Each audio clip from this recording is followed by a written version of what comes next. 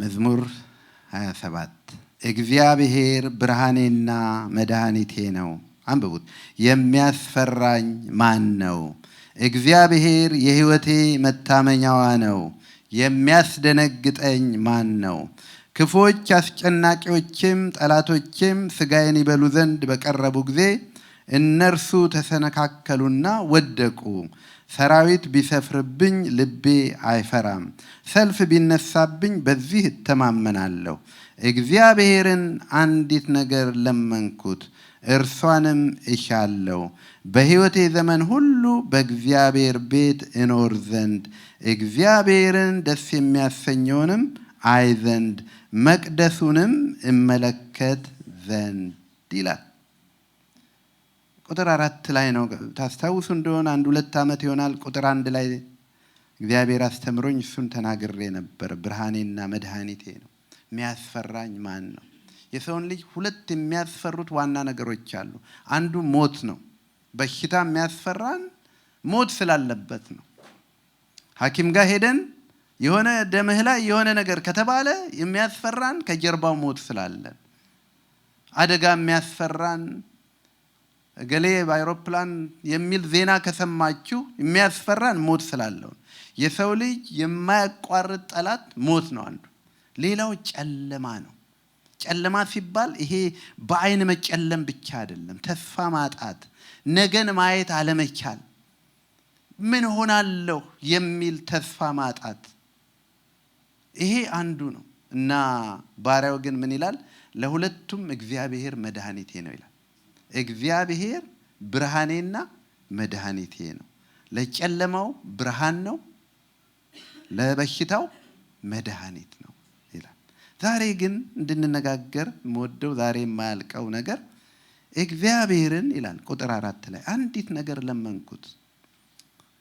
እግዚአብሔርን ዛሬ ተገልጦ እዚህ ብታዩት የምትለምኑት አንድ ነገር ምንድን ነው? እግዚአብሔርን ዳዊት አንድ ነገር ለመንኩት ይላል። ዳዊትን የሚያክል አንድ ነገር። ዙፋኑን አልለመነም፣ ሀብት አልለመነም፣ ጤና አልለመነም። አንድ ነገር ለመንኩት፣ እሷንም እሻለሁ። ለምን ያህል ጊዜ ነው የሚሻው? ለዘላለም። ማለት የሚቀየር ፍላጎት አይደለም። ማለት ዛሬ ይሄን እንፈልጋለን፣ ነገ ስትመጣ ደግሞ ሌላ ነገር ጠይቃለሁ አይደለም። እርሷንም ለዘላለም እሻለሁ። በሰው ውስጥ ታላቁ ነገር ምንድን ነው ቢባል የእግዚአብሔር መገኘት፣ እግዚአብሔር አብሮነት፣ እግዚአብሔር ወዳጅነት እና እርሷንም ይሻለዋል ለዘላለም በቤትህ እኖር ዘንድ በሕይወቴ ዘመን ሁሉ በእግዚአብሔር ቤት እኖር ዘንድ እግዚአብሔርንም ደስ የሚያሰኘውን አይ ዘንድ መቅደሱንም እመለከት ዘንድ ይላል። ይህን ሀሳብ ነው ዛሬ የምንነጋገረው። እግዚአብሔርን ደስ የሚያሰኘው ነገር ምንድን ነው? የተፈጠርነው ለእግዚአብሔር ደስታ ነው። እኛ አሁን ይሄ የተቃኘንበት ዓለም ለራሳችን ደስታ ነው የምንኖረው። ትዳር እንኳን አስቸጋሪ የሆነው የራሴን ደስታ ስለማስቀድም ነው። ከልጆች ጋር መግባባት እንደ ድሮ ወዳጅ የሌለው እኮ ለዚህ ነው። የመጀመሪያውን እኔ ልውሰድ ስለምንል እኮ ነው። ባልና ሚስቶች ይኖሩ ነበርና አንዴ 30ኛ ዓመታቸውን ሲያከብሩ ሁሌ ሚስትየው በጣም አሪፍ ዳቦ ትጋግራለች እና ስለዚህ ሁሌ በአኒቨርሰሪያቸው ትጋግርና ቆርሰው ያመሰግኑና ይበላሉ። እና እሷ የመካከለኛውን ለባሏ ትሰጥና ጠርዙን ትበላለች። እና 30ኛውን ሲያከብሩ ግን አሁን እንኳን ፍቀድልኝ እኔ ጠርዙን ልብላ፣ ለአንተ ደግሞ መሃሉን። ባልየው እሱ ደግሞ የሚወደው ለካ ኦፖዚት ነበር። ያንን ሁሉ ዘመን የሚበላው እሷ ምርጫው የሱን ምርጫ እንድትወስድ ነበር። እሱ የሚያስበው እሷ የምትወደውን ለራሷ ወስዳ ለሱ ደግሞ ሁለተኛ ምርጫውን የሰጠች መስሎት ነበር። አሁን ግን በ30ኛ ዓመቱ አንተ ይሄን ብላ እኔ ልብላ ስትል ሁለቱም ምርጫቸው ተገናኘ። እስከዛን ጊዜ ድረስ ግን አንዳቸው ለአንዳቸው ደስታ ነበር የሚኖሩት። እና ብዙ ሰው አሁን ብትጠየቁ ምንድነው ቢባል ለደስታ መኖር ነው። መጽሐፍ ቅዱስ ውስጥ በዚህ ነው የተሞላው። ሉቃስ 12 ላይ ያ ጎልማሳ ታዩታላችሁ። ማርቆስ 9 እና 10 ላይ ያ the young ruler ወጣቱ ባለጸጋ የተባለው ሰው ሁሉን ተውና ሸጠህ ተከተለኝ ሲባል ኖ ያለውን ሰው ታያላችሁ። ሉቃስ 12 ላይ ያለውን ባለጠጋ እንደዚህ ነው ያለው ይላል። በቃ አሁን ጎተራዬን አፍርሼ ጎተራ ሰራለሁ እና ለእድሜ ልክ የሚበቃኝ ሀብት ንብረት አለኝ እና ነፍሴን ምን በይላታል ቢ ጠጪ ረፊ ደስ የሚበልሽ ይላታል። የትም ቦታ አሁን ዓለም ብትሄዱ ሰው የሚኖረው ለደስታው ነው። ደስ ይበለን ነው ዋናው ዓላማ። አሁን ደስ ይበለን። የብዙ ችግር ምክንያት ታዲያ ለራሳችን ደስታ መኖር ነው። ግን የተፈጠርነው ዋናው ፐርፐዝ የነበረው ለእግዚአብሔር ደስታ መኖር ነው። ጌታ ኢየሱስ ክርስቶስን እግዚአብሔር ማቴዎስ 3 ላይ ገና ወደ ምድር መገለጥ ሲመጣ መጥምቁ ዮሐንስ ሲጋብዘው ለመጠመቅ ገና ወደ ዓለም ሲያስተዋውቀው ሰማያት ተከፈቱና ይላል የእግዚአብሔር ድምፅ መጣ ይላል። በእርሱ ደስ የሚለኝ የምወደው ልጄ ይሄ ነው ስሙት። ማቴዎስ መጨረሻዎቹ ምዕራፍ ደግሞ ታሪኩ ሊደመደም ሲል ታስታውሳላችሁ። ሶስቱን ይዟቸው ወደ ክብር ተራራ ወጣ፣ ወደ መገለጥ ተራራ። በዛ ደግሞ ከሚያስፈራው ግርማ ድምፅ መጣ ይላል እና ድምፁ ምን ይል ነበር ይላል በእርሱ ደስ የሚለኝ የምወደው ልጄ እርሱ ነው፣ እርሱን ስሙት። እግዚአብሔር በእኔና በእናንተ ደስ መሰኘት ፐርፐዙ ይሄ ነው። አንዳንዴ አሁን እኛ ከልጆቻችን ጋር በጣም እንትን ስንመጣ እንዴ ተዘጋጅታችሁ ነው እንደኛን ለማናደድ እንላቸዋለን። ማለት በወለድን ባሳደግን አንወድም የምንለውን ነገር ለማድረግ እንዴት ነው ይናል ዋጋ ከፍለው እኛም አንወደውን ነገር ለማድረግ ይሞክራል። ርካሹ ዋጋ አለመክፈልና እኛም ማስደሰት ሆኖ ሳለ ቅርቡ እኛን ማስደሰት ሆኖ ሳለ በዛ ዞረው እኛን አለማስደሰት ይሞክራል። እና ሁሌ እንላለን፣ ባለባበስ እንላለን፣ በአንዳንድ ነገር እንላለን። እና እግዚአብሔርም እንዲህ የሆነ ነው አንዳንድ የሚመስለኝ። ማለት ደስ እንዲለው ለሰው ክብር፣ ለሰው ደስታ የተፈጠረው ሰው እግዚአብሔርን ከማስደሰት ይልቅ ለራሱ ደስታ ዘላቂ ላልሆነ ደስታ ተጠምዶ ይኖራል። በዚህ ሰዓት ዳዊት ብዙ ሊጠይቅ የሚችለው ነገር ነበረ። እዚሁ ቁጥር ላይ ጠላቶቼ ይላል። ማለት የሚያስጨንቁት ነበሩ። ሊጠይቅ የሚችለው ብዙ የጸሎት ርዕስ ነበረው እኮ። ቁጥር 3 ላይ ውጊያ አለበት በህይወቱ። ግን እኔ አንድ ነገር ነው የምፈልገው ይላል፣ እሷንም እሻለሁ ለዘላለም በህይወቴ ዘመን ሁሉ በእግዚአብሔር ቤት እኖር ዘንድ እግዚአብሔርንም ደስ የሚያሰኘውን አይ ዘንድ። ወገኖች እኔና እናንተ የተፈጠርነው ለእግዚአብሔር ደስታ ነው። በቃ አጭር መልእክት ነው ዛሬ። ግን እግዚአብሔርን ማስደሰት እንዴት እንችላለን? አንደኛ እዚሁ ቁጥር ላይ የምታዩት በህይወቴ ዘመን ሁሉ በእግዚአብሔር ቤት እኖር ዘንድ ምን ማለት መሰላችሁ? በዛ ቴምፕል ወቅት ነው እንደዚህ ያለው። ግን በህልውና ውስጥ መኖር፣ ከክርስቶስ ጋር መኖር። እግዚአብሔርን ደስ የሚያሰኘው አንዱ ይሄ ነው። ሄኖክ የሚባል ሰው ነበረ። አካሄዱን ከእግዚአብሔር ጋር አድርጓልና እግዚአብሔርን ደስ ስላሰኘ እግዚአብሔር ወስዶታልና አልተገኘም ይላል። በቃ ሄኖክም በብዙ ነገር አናውቀውም። እንደ ኖህ መርከብ አልገነባለትም፣ እንደ ኖህ መርከብ አልገነባለትም፣ እንደ ሙሴ ህዝብ አላሻገረም። በአንድ ነገር ነው የሚታወቀው፣ ከእግዚአብሔር ጋር ወክ ያደርጋል። ህልውና በቃ በእግዚአብሔር ህልውና ውስጥ ይመላለስ። እግዚአብሔርን ደስ የሚያሰኘው ይሄ ነበር። የመጀመሪያውም የምድራችን ችግር የመጣው ሰው ከህልውና ውስጥ በመውጣቱ ነበር። አዳምና ሔዋን በህልውና ውስጥ ነበር የሚኖሩት። ትዳር ያለ ህልውና ከባድ ነው። ትዳር እግዚአብሔር ከሌለ የጦርነት አውድማ የሚሆነው ለዚህ ነው። ግን እግዚአብሔር ካለ ደግሞ ትዳር ንጉሱ በመሃል አለ። የሰላማችን መሰረት፣ የቤታችን መሰረት፣ የቤታችንም ደግሞ መዝጊያው ስላለ ማለት ነው። ልክ ይሄ ህልውና ሲወጣ አዳምና ሔዋን መጋጨት ጀመሩ። አንዱ አንዱን መክሰስ ጀመረ። ይሄ ህልውና ልክ ሲወጣ ሰው መጋደል ጀመረ። ልጆቻቸው መጋደል ጀመሩ። ለወላጅ ልዩ በልዩ ከመገደል የበለጠ የሚያሳዝን ነገር አለ? ኢትዮጵያ ውስጥ እንደተባለው ማለት ነው የገደለው ባልሽ የሞተው ምናምን የሚባል ነገር ነበር አይደል? ለማን ብዬ ላልቅስ? የገደለው ወንድም ይሄ ነው ይሁን ባለ ብቻ አንዱ ነገር እና ይሄ ሁሉ በምንድነው የመጣው ብትሉ ከእግዚአብሔር ህልውና በመራቅ። ስለዚህ እግዚአብሔርን ደስ የሚያሰኘው ነገር ሊያየን የሚፈልገው አንደኛ እግዚአብሔር በምንድነው ካላችሁ በህልውና ውስጥ ነው። በቃ እግዚአብሔር ይፈልገናል በራዴስ ውስጥ እንድንኖር እና ዳዊት ይሄ ገባው በቤትህ ኖር ዘንድ ምንድነው ምኞታችሁ? እግዚአብሔር ዘመናችንን በቤቱ ይጨርስ። በቤቱ ደግሞ ሲባል ታውቃላችሁ አይደል? አንዳንድ ቤተሰቦች እኮ ቤት አሉ ሰዎች ግን ሁሉም አንዱ አይፎን ላይ ነው፣ አንዱ አይፓድ ላይ ነው፣ አንዱ አይ ምናምን ላይ ነው። በቃ ቤተሰብ ቁጭ ብሎ ህልውናው አለ ማለት ይቻላል? አይቻልም። በአንድ ጣራ ስር ናቸው እንጂ የሉ። በእግዚአብሔርም ቤት እያለን ቅኝታችን ሌላ ሊሆን ይችላል። እግዚአብሔር ግን የሚፈልገን በህልውና ውስጥ እንድንኖር ነው። ስለዚህ ዳዊት በእግዚአብሔር ቤት እኖር ዘንድ አለ። በእግዚአብሔር ህልውና መኖር እግዚአብሔርን ደስ ያሰኘዋል። ያ ብቻ ግን አይደለም፣ ደግሞ እግዚአብሔርን ደስ የሚያሰኘውን አይ ዘንድ እኔን አይደለም። አያችሁ፣ በዚህ ቅኝት ከተቃኛችሁ አሁን የኔ ልጅ ምናምን አትሉም። በምንም ጉዳይ አሁን ያገለገለው ማንም ቢሆን እግዚአብሔርን ደስ አሰኝቷል አላሰኘም ይሆናል። በዚህ ከተቃኘን ወደ ትዳርም ስንመጣ ደስ የምታሰኘኝ ምናምን አንልም፣ እግዚአብሔርን ደስ የሚያሰኘው።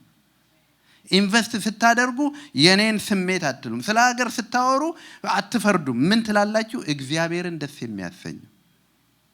ስለዚህ ዳዊት ዋና ጸሎት እግዚአብሔርን ደስ የሚያሰኘውን አይ ዘንድ አለ። እንዴት ነው እግዚአብሔርን ደስ ማሰኘት የሚቻለው? እግዚአብሔርን ደስ ማሰኘት የሚቻልባቸውን ጥቂት ነገሮች እናገርና እጨርሳለሁ። አንዱ እግዚአብሔርን ደስ የምናሰኘው በክርስቶስ ማንነት መመላለስ ነው። ቅድም እንዳልኩት በእርሱ ደስ የሚለኝ የምወደው ልጄ እርሱ ነው ስሙ። ክርስቶስ በእኛ ውስጥ አለ ስንል ክርስቶስ በእኛ ውስጥ የሚኖር ከሆነ ልጆችሽን ስታሳድጊ፣ ልጆችሽን ስትቀጪ እንኳን፣ ልጆችሽን በእግዚአብሔር ቃል ስትመክሪ እንኳን በእርሷ ደስ የሚለኝ ይላል። ለምን? ክርስቶስ በእኛ ውስጥ ፈቃዱን ካደረገ ማለት። እንዳልኳችሁ ትልቅ ክብር አዩ እነ ጴጥሮስ አይደል? በመገለጥ ተራራ ውስጥ ሆነው ማቴዎስ 17 ሆነው በዚህ ዳስ እንስራ በሚሉ ሪቫይቫል ውስጥ ነበሩ። እንዴ ነው አንዳንዴ ሞቅ ብሎን በሪቫይቫል በቃ ከዚህ መውጣት የለብንም ምናምን ትላላችሁ አይደል? ጌታ ግን ምን እንዳለ ታውቃላችሁ አይደል? ስትመለስ ወንድሞችን አጽናና አለ። ማለት እዚህ አንተ ኦልዌይስ ኢንጆይ ያረክ ምናምን እንድትኖር አይደለም። እግዚአብሔርን ደስ የሚያሰኘው ስትመለስ ወንድሞች የደከሙትን አጽና፣ ያዘኑትን አጽናና። ስለዚህ አንደኛው በክርስቶስ ሕይወት ስንመላለስ ነው። ሁለተኛው እግዚአብሔርን ደስ የሚያሰኘው እምነት ነው። እምነት እግዚአብሔርን ደስ የምታሰኙት ስታምኑት ነው። በመከራ ውስጥ እያለ እግዚአብሔርን ስታምኑ፣ ነገሮች የማያሳልፍ ሲመስሉ እግዚአብሔርን ስታምኑ። እምነት ምንድን ነው? ይሄ እምነት ብዙ ስለሚነገር እኮ እምነት እሱን ብንነጋገር ጥሩ ነው። ዕብራውያን 11ን አውጡና ብዙ አይነት እምነት ስለሚነገር እምነት ምንድን ነው? በአዲሱም ትርጉም ላነብላችሁ እወዳለሁ። እናንተ አብዛኞቻችሁ የቀደመው ትርጉም ይመስለኛል ጥሩ ነው። ሁለቱም ግን አዲሱ ትርጉም እምነት እግዚአብሔር በእምነት ደስ ይለዋል እና ምን ልመን ክሌሜት ገባችሁ? አንዳንድ ሰው እኮ እምነት ብሎ እኮ ነው ይሄ ህንፃ የኔ ነው እግዚአብሔርን ይሄ ደስ ያሰኘዋል ይላል። እኛ እዚህ ውስጥ ነን፣ የት እንሂድ? ከውጭ ክሌም ቢያደርገው አንድ ሰው ማለት ነው። እምነት የሚባል በጣም እንትኑ ሌኑን የሳተ ጉዳይ ስላለ ግን ደግሞ እጅግ አስፈላጊ የሆነ ነገር ስላለ እምነት ምንድን ነው? በእግዚአብሔር ቃል እምነት ምንድን ነው? ዕብራውያን 11 ስለ እምነት አባቶች እግዚአብሔርን ደስ ስላሰኙ ሰዎች ከመናገሩ በፊት እምነትን ዲፋይንድ አድርጎ ነው የሚጀምረው። ስለዚህ አንድ ሰው መጥቶ አታምንም ወይ ቢልህ እምነት ምን ማለት እንደሆነ የእግዚአብሔር ቃል እንደዚህ ይላል። እምነት አዲሱ ትርጉም ተስፋ ያደረግነው ነገር እንደሚፈጸም እርግጠኛ የምንሆንበት የማናየውን ነገር እውን መሆኑን የምንረዳበት ነው። ተስፋ የምናደርገው የእግዚአብሔር የተስፋ ቃሎች እግዚአብሔር ላንቺ ይገባልሽ። ለምሳሌ ስለ ልጆቻችን እናንተና እኔ ከነ ትውልዳችን ብሩካን ዘር ናቸው። ስለዚህ በከንቱ አይደክሙም፣ ለጥፋት አይወልዱም ብሏል አይደል? ይሄን ቃል ይዘሽ አሁን ትዕግስትዬም ባለፈው ሳምንት እያነሳን ነበር። ልጆቻችን በምንም ሁኔታ ውስጥ ሲሆኑ እምነት ማለት የማይታየውን ማየት ማለት ነው። ዛሬ እንትና የሚያየው ይሄ ልጅ ደክሞ ነው፣ እኔ ግን ማየው እግዚአብሔር ነገ የሚያደርገውን ነው። እግዚአብሔር ዛሬ የማታዩትን ነገ ስታምኑት፣ ሐኪም ተስፋ የለውም ላለ ሰው ስትጸልዩ ይሄ እምነት ነው የሚሰራው። አይ አብቅቷል ይላችኋል፣ እናንተንም አብቅቷል ይላችኋል። አሁን ጁን ወር ነው አይደል? ዛሬ ጁን ስንት ነው? 8 አይደል? ጁን 18 በህይወቴ ከማረሳቸው 2 ዋና ቀኖች እነዚህ ናቸው። አንደኛው ማርች 27 ነው አይደል? የልደቴን ዘመን እንኳን በደንብ አላስታውስ፣ ሰዎች ናቸው የሚያስታውሱ። ጁን 18 ቀን 2004 አርብ ቀን ወደ ጌታ ኦልሞስት ልሄድ ነበር። ዝርዝሩን ሳልነግራችሁ ኢሚዲየት የሆነ ነገር አመመኝ። መኪና እየነዳው ዳክተርስ ሆስፒታል የሚባል አለ ላንም ታውቁት እንደሆነ ወደዛ አካባቢ እዛ ሄድኩኝ። መኪናውን ፓርክ እስካረግ ብቻ ትዝ ይለኛል። ከዛ በኋላ ሌላ ነገር ትዝ አይለኝም። ሪሴፕሽን እንደደረስኩ ነገሩኝ። እኔ ግን እሱ ትዝ አይለኝም። 5 ቀን ኮማ ውስጥ ቆየሁ። 5ኛ ቀን ጆን ሀፕኪንስ ነቃው። እነዚህ አንችልም ብለው ልከውኝ ማለት ነው። ይሄን ሁሉ ነው ያላቀም ዜና ነው የሰማሁት። ይሄን ምነግራችሁ ዜና ነው። እንግዲህ ሐኪምም ያለው ሌሎችም አገልጋዮች ሁሉም ያለው ይሄን ነው። ለዚህ እኮ ነው ጌታ ምን አለ መሰላችሁ? በመጨረሻው ቀን ጌታ እምነትን ያገኝ ይሆንና አለ ማለት እኮ እምነት እንዲህ ተሰብስበን ግን ትክክለኛው እምነት የሚጠይቅ ነገር ሲመጣ ያን ይታያል። ይሄኛው ሰው ምን ብሎ ይጸልይ ጀመር መሰላችሁ? እየዞረ አንተ ተራራ በወርቅዬ ፊት ምንድነህ? ደልዳላ ሜዳ ትሆናለህ። ዘመዶቼ ጌታን ማያውቁሉ አይረሱትም እስከዛሬ። ይሄ ደልዳላንም ተራራ ያውቁ ምኑንም አያውቁ። የራሱም ቃል መስሏቸዋል። በወርቅዬ ፊት ደልዳላ ሜዳ ጮሆ ወጣ። የሚያምኑ ሰዎች ሁኔታውን ሳይሆን ከሁኔታው በላይ ያለውን እግዚአብሔርን ማየት ይችላል። ስለዚህ እግዚአብሔርን ያለ እምነት ደስ ማሰኘት አይቻልም። ዕብራውያን 11:5-6 የሚለው ለዚህ ነው። ለእግዚአብሔር ደስታ ተፈጥረሃል። ግን እግዚአብሔርን ሳታምን ምንም ነገር ብታደርግ፣ ሰውነትህን ብታቃጥል፣ ያለህን ንብረት ሁሉ ብትሰጥ፣ ክርስቶስ ጌታ እንደሆነ የሰውን ልጅ ሁሉ ከመከራ ከሲኦል ሊያድን እንደወረደ በሱም የኃጢአት ስርየት እንዳለ የዘላለም ሕይወት እንዳለ ሰው ካላመነ እግዚአብሔርን ማስደሰት አይችልም። ስለዚህ እምነት ምንድነው? የማናየውን ማታዩትን። አሁን እስኪ አስቡ። አሁን በፊታችሁ የቆመውን ተራራ አስቡት እስኪ እያንዳንዳችሁ። እኔ እንኳን ማቀዋል። አስበው ከፊቴ የቆመውን ተራራ ታስታውሳላችሁ አይደል? ሙሴና እስራኤላውያን ከፊታቸው ምንድን ነበር? ቀይ ባህር አይደለ? ከኋላ ምንድን ነበር? የፈርዖን ሰራዊት፣ ምርጡን ሰራዊት ላከ ነው የሚለው አይደለም? ምርጡ ሰራዊት ከኋላ አለ። ከፊታቸው ደግሞ ምን አለ?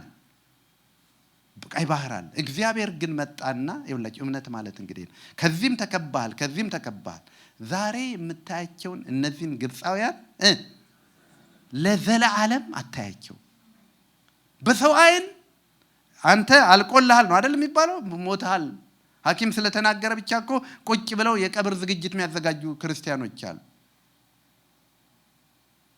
እንደውም አንዳንዶች ይቅርታ የተሳሳተ ሰው ውጤት ነው የሰጠናቸው የተባሉ እኮ አሉ።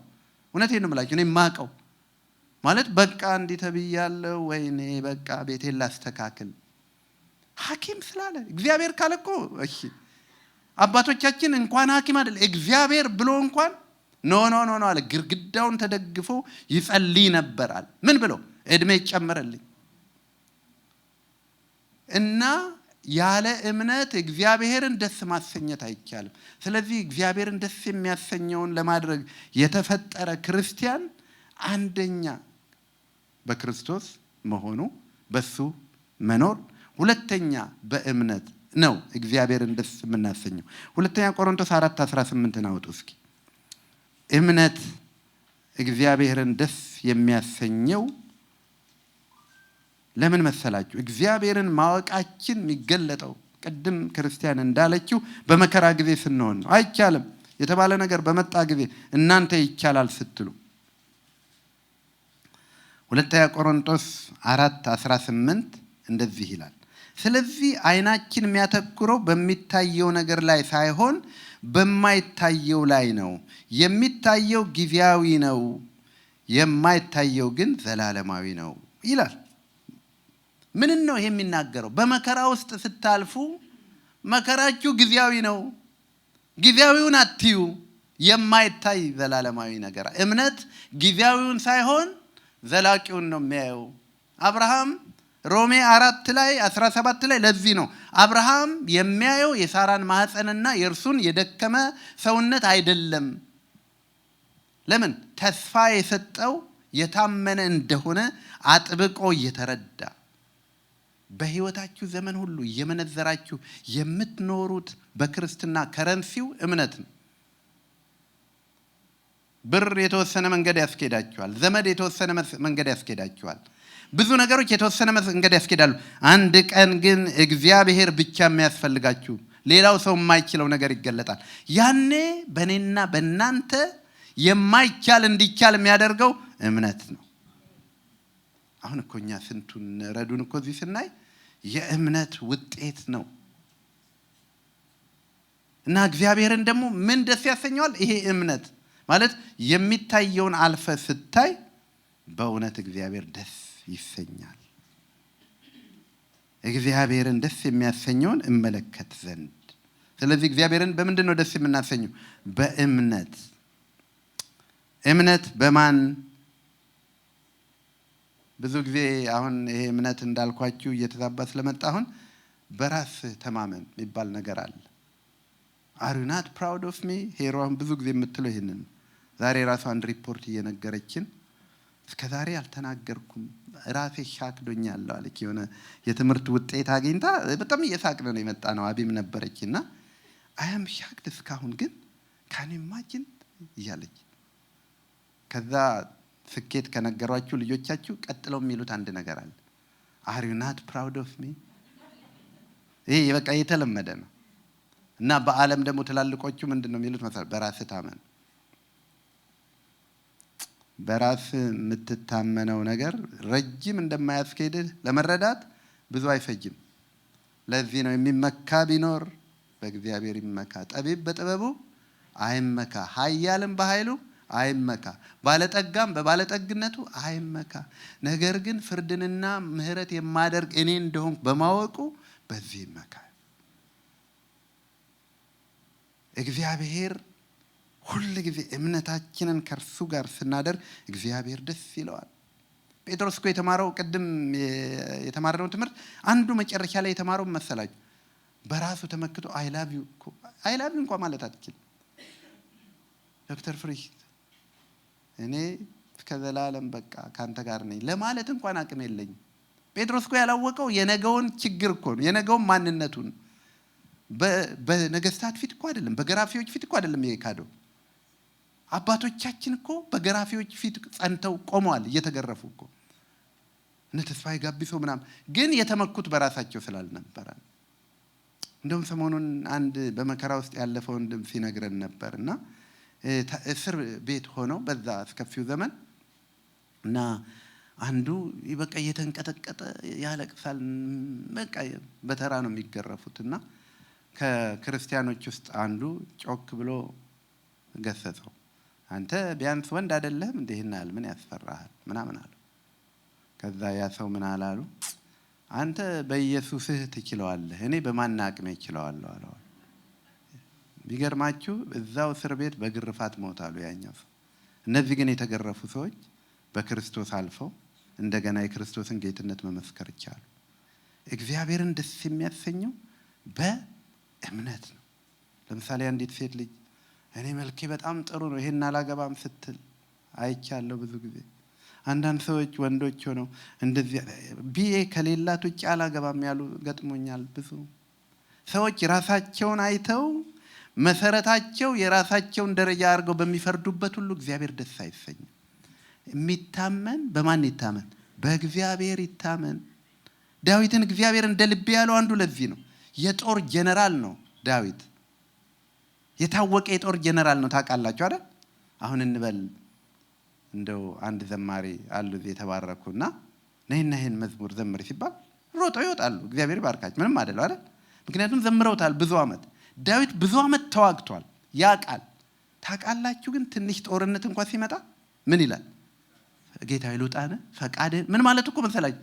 ትናንትና ስላሸነፍኩ ባንተ ኃይል በቃ እቺ ነገርማ እንደ ውሃ ትሆንልናለች አለልም ነው። እግዚአብሔር የሚወደው ነገር ቢኖር እግዚአብሔርን በሚታመኑት ሰዎች ነው። ስለ ትዳር ብዙ ስላላገቡ ሰዎች እዚህ ስለሌሉ እንደው ብዙ አለልም። አንድ ምን ወዳት ልጅ አለች። አሁን ተጋብተው እንደው አንድ ቀን ጋብዛቸውና እነሱ ራሱ ይነግሯቸዋልና ጸልይ አልኳት። ግን እንዴ ለመጸለይ እኔ ቅድመ ሁኔታም እንኳን ለመጸለይ አይሟላም አለች። ማለት እንዴ እግዚአብሔር ቃል ይላል ሰው እኮ ነፍስ ብቻ አይደለም መንፈስም ስጋም ነው አለች።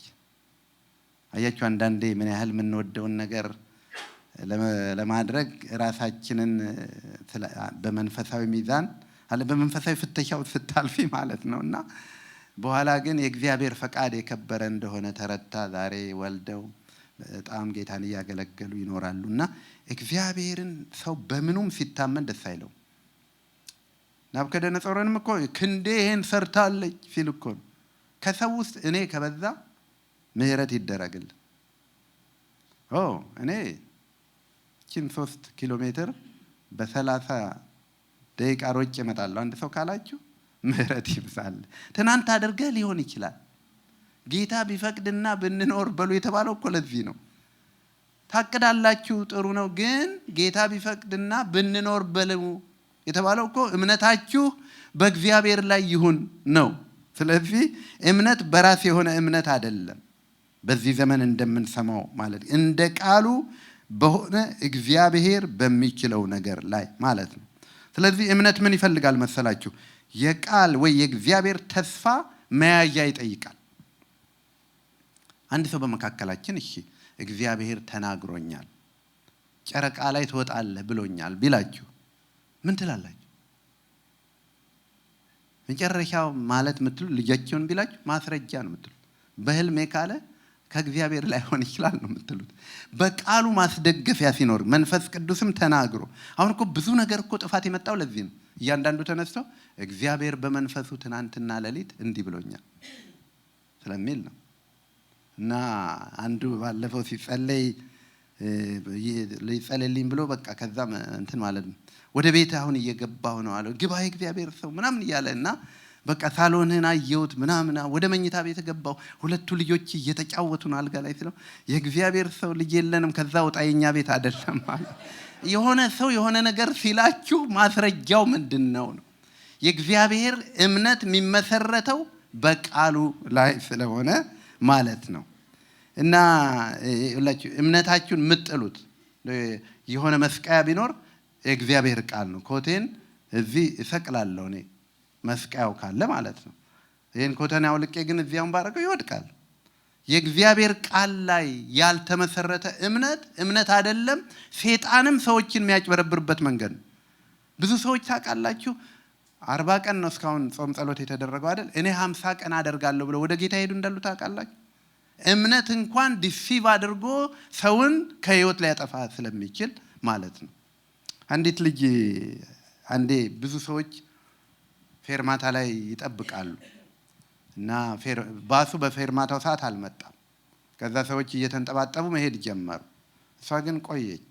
አንድ ሰውም ተለቅ ያለ ሰው አብሯት ቆየና በጣም ሲቆይ በቃ እንደሚመስለኝ ባሱ ወይ አልፏል ወይ የዛሬው ተሰርዟል አይመጣም እና እንሂድ መሽቶብሻል አላት። እና አልሄድም ጠብቃለሁ እንደሚመጣም እርግጠኛ አውቃለሁ አለችው። ምን ነው እንዴት እንዲህ እርግጠኛ ሆንሽ ሲላት ሹፌሩ አባቴ ነው አለች። ጥሎኝ አይሄድም ሁሌ ከዚህ ቦታ ፒክ የሚያደርገኝ እሱ ነው አለች። እግዚአብሔርን እንዲህ አባቴ ብሎኛል። አባቶቻችን በሙሉ በዚህ ነው። ኖህ ባለፈው ተነጋግረን ነበር የኖህን ታሪክ 120 ዓመት እየቀጠቀጠ ሲተች ሲወገዝ የጸናበት እግዚአብሔር ብሎኛል።